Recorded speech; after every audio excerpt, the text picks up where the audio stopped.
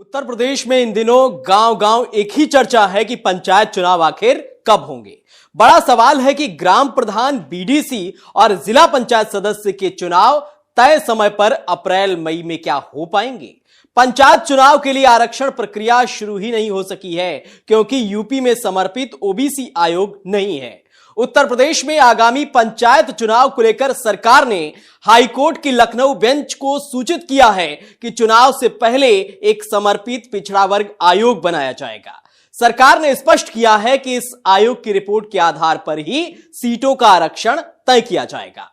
दरअसल हाईकोर्ट में एक याचिका दायर की गई थी जिसमें मौजूदा पिछड़ा वर्ग आयोग के अधिकारों को चुनौती दी गई थी। जस्टिस राजन राय और जस्टिस अवधेश चौधरी की पीठ इस मामले की सुनवाई कर रही थी। अब सरकार का यह कदम सुप्रीम कोर्ट के निर्देशों के पालन में उठाया गया है, जिसमें स्थानीय निकाय चुनाव से पहले समर्पित आयोग का होना अनिवार्य बताया गया है। बता दें कि यूपी में ओबीसी कमीशन का कार्यकाल अक्टूबर 2025 में समाप्त हो गया था, लेकिन सरकार ने इसे बढ़ाकर अक्टूबर 2026 तक कर दिया।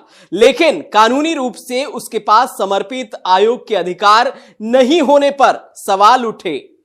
इसी के खिलाफ याचिकाकर्ता ने हाईकोर्ट में याचिका दायर कर दी। याचिकाकर्ता के वकील मोतीलाल यादव का कहना है कि यदि आयोग का 3 साल का मूल कार्यकाल खत्म नहीं हुआ होता तो वही आरक्षण का सर्वे कर सकता था। सुप्रीम कोर्ट के स्पष्ट निर्देश हैं कि स्थानीय निकाय चुनाव से पहले समर्पित आयोग होना अनिवार्य है। अब नया समर्पित आयोग पिछड़ों का रैपिड सर्वे करेगा।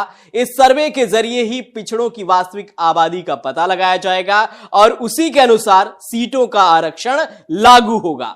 यूपी सरकार ने हाईकोर्ट में हलफनामा दाखिल कर यह साफ कर दिया है कि पंचायत चुनाव से पहले राज्य में समर्पित पिछड़ा वर्ग आयोग बनाया जाएगा, जिसकी रिपोर्ट के आधार पर ही उत्तर प्रदेश में पंचायत चुनाव की प्रक्रिया को आगे बढ़ाया जाएगा। वहीं राज्य चुनाव आयोग ने यह भी तय कर दिया है कि पंचायत चुनाव के विभिन्न स्तरों के प्रत्याशी अधिकतम कितनी राशि चुनाव में खर्च कर सकते हैं।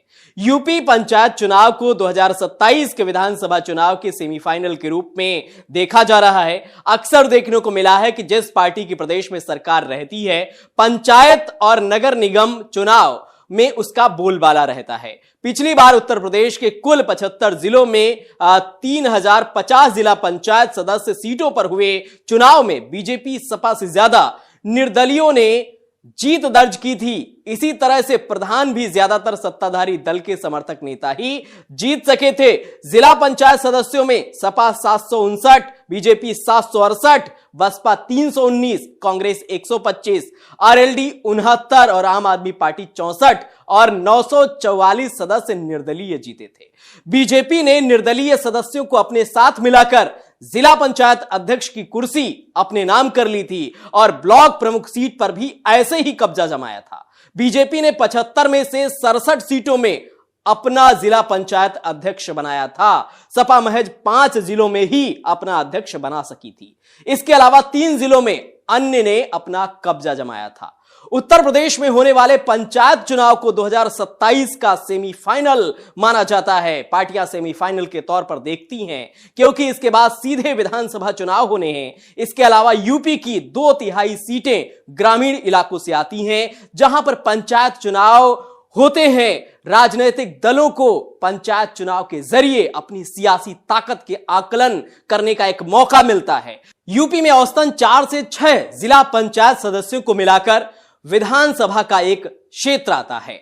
जिला पंचायत सदस्यों को मिलने वाले वोट को आधार बनाकर राजनीतिक दल इस बात का ये एहसास करते हैं कि वो कितने पानी में हैं। इससे यह भी साफ हो जाता है कि 2022 के विधानसभा और 2024 के लोकसभा चुनाव की तुलना में कितने मतों में बढ़ोतरी या कमी का आकलन होगा। इस आधार पर वोटों के समीकरण को दुरुस्त करने की कवायद भी वो कर सकते हैं।